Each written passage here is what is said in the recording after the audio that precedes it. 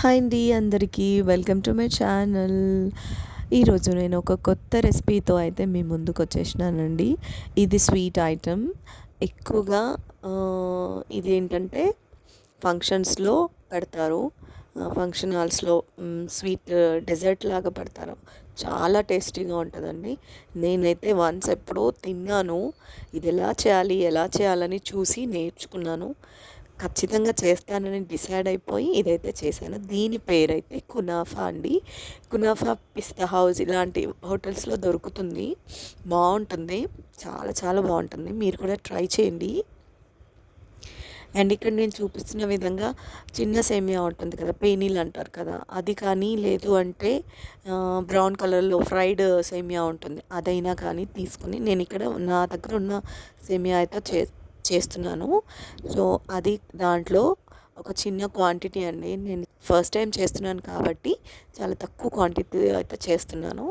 దాంట్లో కొద్దిగా నెయ్యి వేసి మొత్తం మిక్స్ చేసి మిక్చర్ లాగా చేసుకొని బౌల్ పక్కన పెట్టుకోవాలి. అంతలోపు మనం క్రీమీ టెక్స్చర్ కోసం మనం ముందుగా ఒక కడాయిలో మిల్క్, షుగర్, అలాగే కస్టర్డ్ పౌడర్, మీకు ఇష్టమైతే మిల్క్ మేడ్ కూడా వేసుకోవచ్చు, అది కూడా వేసి మనం క్రీమీ టెక్స్చర్ని అయితే క్రీమ్ కోసం ఈ కునాఫాలో మధ్యలో ఉంటుందండి క్రీమీ టెక్స్చర్ అనేది, చాలా బాగుంటుంది టేస్ట్.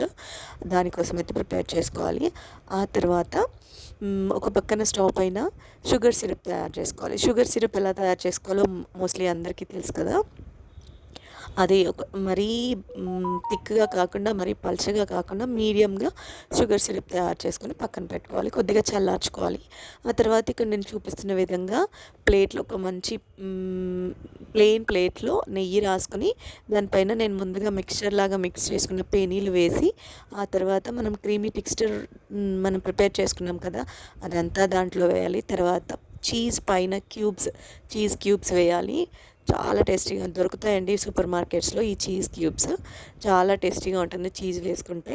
ఇలా వేసిన తర్వాత మళ్ళీ ఇంకొక లేయర్ మనం మిక్స్చర్ లాగా తయారు చేస్తాను కదా పేనీలు, అది కూడా వేసుకొని దాన్ని ఫ్రై చేసుకోవాలండి. కాసేపు చిన్న ఫ్లేమ్లో పెట్టుకోవాలి.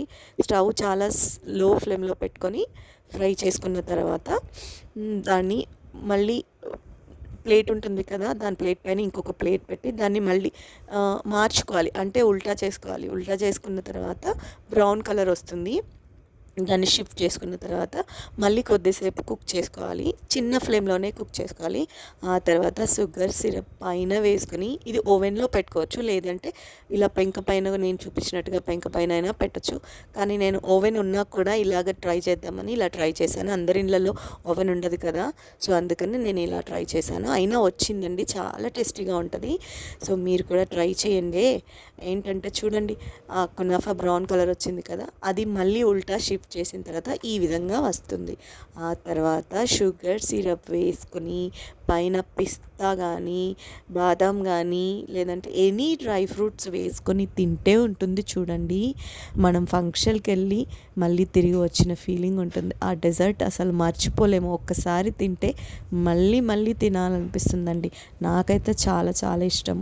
నేను ఇంట్లో ఇది ఫస్ట్ టైం తయారు చేశాను, కానీ ఎంత టేస్టీగా వచ్చింది తెలుసా అండి, చాలా టేస్టీగా వచ్చింది. మీరు కూడా ఒకసారి నేను చేసిన విధంగా చూసి తయారైతే చేసుకోండి. అండ్ ఎవరైనా గెస్ట్లు వచ్చినప్పుడు చాలా ఈజీగా అయిపోతుందండి. ఆ క్రీమీ టెక్స్చర్ అలాగే షుగర్ సిరప్కి కొంచెం టైం పడుతుంది తప్ప, మిగతా ఇది ఫ్రై చేసే విధానం ఇదంతా చాలా ఈజీ ప్రాసెస్ అండి. చూడండి ఎంత బాగుందో. ఇలా యమ్మీగా కునాఫా అయితే రెడీ అయిపోతుంది. పిల్లలైతే చాలా చాలా ఇష్టంగా తింటారు. మీరు కూడా ట్రై చేసి నా ఛానల్ని సబ్స్క్రైబ్ చేయండి, షేర్ చేయండి.